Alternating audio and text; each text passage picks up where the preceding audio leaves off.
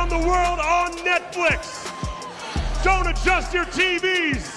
Ladies and gentlemen, that is Anthony Joshua. Ladies and gentlemen, that is Jake Paul. It's all live from the 305 tomorrow night and live around the world on Netflix. Ladies and gentlemen, one more time, AJ versus Jake Paul.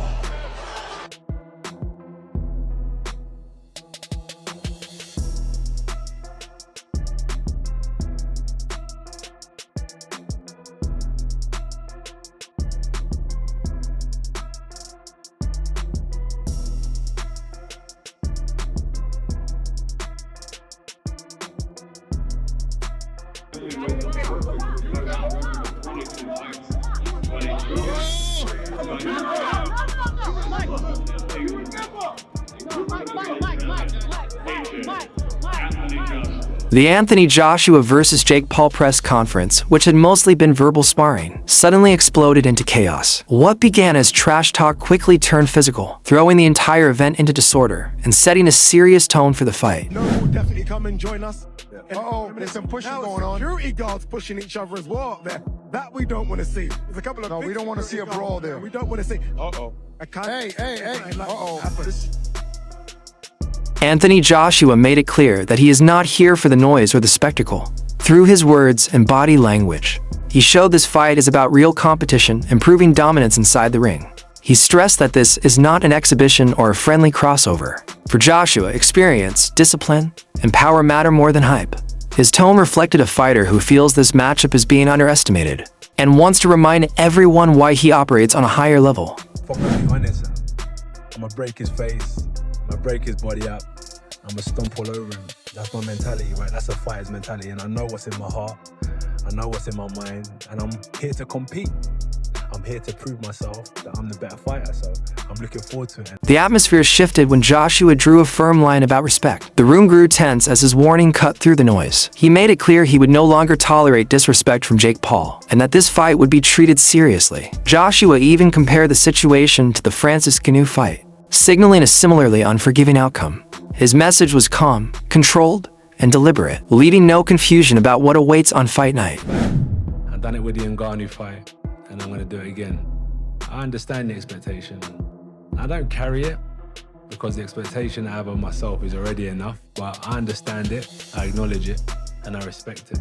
But that's about it as far as outside. Eddie Hearn stepped in to address the chaos surrounding the press conference. He explained that Jake Paul knows exactly what kind of punishment could come once the bell rings. According to Hearn, things have gone too far to back out now. Too much money and promotion are already invested. Walking away is no longer an option. Jake must now face the reality of the decision he has made and accept the consequences of stepping in the ring with Anthony Joshua. Despite the warnings, Jake Paul's confidence remains unshaken. No, I mean, look, how they've spent. ludicrous it is that they're fighting. Netflix have spent a lot of money. MVP have spent a lot of money, and Jake would look like a plonker if he pulled out the fight now after giving it the big one. And he knows that, and this fight's happening, you know, and that they think. Look, one thing I'll say is this. If there was ever a good time to fight Anthony Joshua, it's probably now, right? Coming out of what will be 14 months of inactivity. By the way, he's also been in training camp for 4 weeks or 5 weeks at a time. At the press conference, he continued to claim he is the better boxer and argued that only professional records give Joshua an edge. Jake portrayed himself as a misunderstood fighter whose skills are underestimated by the public. Whether confidence or stubbornness, his belief only grew louder. Mentally, he does not see himself as the underdog despite the massive experience gap. Insight from Alexander Usyk's camp revealed important changes behind the scenes for Anthony Joshua. After the Usyk fight, the team advised Joshua to evolve his style and approach. Joshua agreed and chose to work closely with their camp. The focus has been on improving movement, refining technique, and sharpening ring intelligence. The goal is not to rebuild Joshua, but to enhance what he already has. The camp believes this version of Joshua will look noticeably different against Jake Paul. How has the approach in terms of strategy and preparation been for this fight? Because most of your fights, since you don't have as much of the experience as your opponents, you've made up with youth and size. For this one, you know, you're fighting somebody that's prime, somebody that's bigger than you. So how has that change been? Yeah, on paper, the cards are stacked against me. But really, in terms of boxing, I'm a better boxer than AJ, which is like hilarious to say, but he's got 2 left feet. He's stiff. If I was his coach, I'd put him in a dance class first before trying to box. And really just bringing in the right sparring partners to help me prepare so that I can get looks that are similar to him. And that's really just been the strategy, but I'm just... Weight adjustments have become another major talking point. For the first time, Joshua is managing his weight in a way he hasn't before. Despite this challenge, people close to the camp say he looks strong, composed, and powerful. They emphasize that Joshua still carries fight-ending power, something Jake Paul has never faced. Footage from training supports this belief. Even with changes in conditioning, Joshua's punches still carry authority. The weight shift appears to have improved his movement without sacrificing strength. About you need AJ, you need something change, you know. And okay, come and train in camp and see what we do. And Jay, come. Now we're here and supper. Making him even more dangerous. True Girardi highlighted why this matchup is especially dangerous for Jake Paul.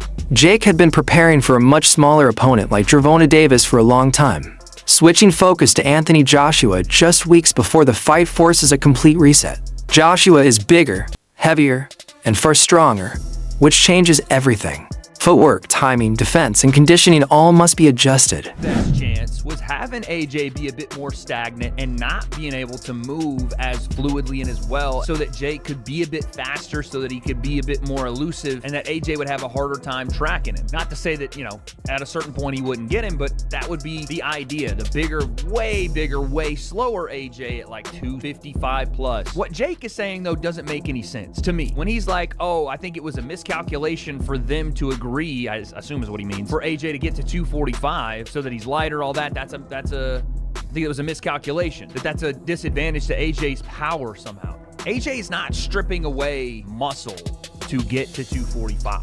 He's just not as bulky, heavy as he normally would be. And AJ has fought at this weight before in the Usyk fights, as Jake pointed out. And this is not something that took away from AJ's power. The reason he didn't beat Usyk wasn't because he didn't have power. Usyk was just better. Point blank period, he's the best in the world. Jake is not Usyk. Jake can take bits and pieces of Alexander Usyk, but he's not that. And AJ's power will still be devastating at 245, just like it would be at 255 or 260. Him taking that 10 pounds away and by the way, it wasn't like he did a cut to try to make the weight. He is that weight right now. A lighter version, a more speedy, compact version of AJ, he's still going to hit like a Mack truck. He didn't just lose all that muscle and all that ability to turn punches over. That's still going to be there. And if Jake thinks that AJ needs to be 260 for AJ to knock him out, that's also fucking crazy. Now, Jake says something even more insane to me than the fact that, oh, AJ made a miscalculation getting to 245. He says that his skills are better than AJ. And I just don't know where the evidence of that is. Like, I understand Jake is confident in himself, but point to me a fight where Jake showed better skill. I don't... Millions of people wrong. Just to get to that level, just to show that bravery, fair fucks to Jake Paul. Now let's get real. Now it's time to get really serious, because this is worrying, this. I think the way that he has gone about this fight, it's just wrong. The fact that he was training for Tank Davis a matter of weeks beforehand, who's a literal midget. Sorry, little person. I don't want to... And then you go from that to fighting one of the biggest, strongest, hard-hitting heavyweights in world boxing. It smacks of, I am not prepared for this, and I'm just fucking rolling the dice. And I admire it, the courage, but like, if you're gonna do this, you have to take it as seriously as a man like Anthony Joshua deserves to be taken. And a couple of weeks of sparring, you know, a few heavyweights, that ain't serious enough for me. I've interviewed Tom Aspinall. He exclusively trains with heavyweights because he's in the heavyweight division year round. And he says heavyweight fighting, it's a different sport almost, because the consequences of making a mistake are so much more diabolical that you have to train differently. And a quick turnaround like this and being like, yeah, fuck it, I'll take AJ. If I was his advisors, I'd be like, look, if you insist on fucking doing this nonsense, because this is crazy, we're gonna take a good 6 to 12 months solid training with heavyweights. We're gonna fucking make sure that you are strong. You can't pivot from fighting a 135 pounder to a 245 pounder. My God, to 110 pound difference or something. You can't just pivot quickly like that. This needs to be systematic. We need to prepare. And the people around him by just allowing him to just take this so quickly. Obviously, Jake Paul brings in a lot of money for everyone who's associated with him. I just can't think they're giving him good advice. And unfortunately, you know, when you're in the situation where you're the money man. Fighting someone this size is not just about harder punches, but about pressure, control, and physical dominance. Rewriting the game plan so late raises serious concerns about readiness. Simon Jordan offered a sharp critique of Jake Paul's behavior. He compared Jake to Wile E. Coyote, someone who constantly overestimates himself while chasing danger. Jordan argued that this time, Jake won't be able to escape the consequences. Confidence without substance becomes dangerous. According to him, Anthony Joshua represents a reality check that hype cannot protect Jake from once the fight begins. He added that tactics Jake used before will not work here. Against Joshua, words disappear and reality takes over. That's it for today's video. Stay tuned. Until next time.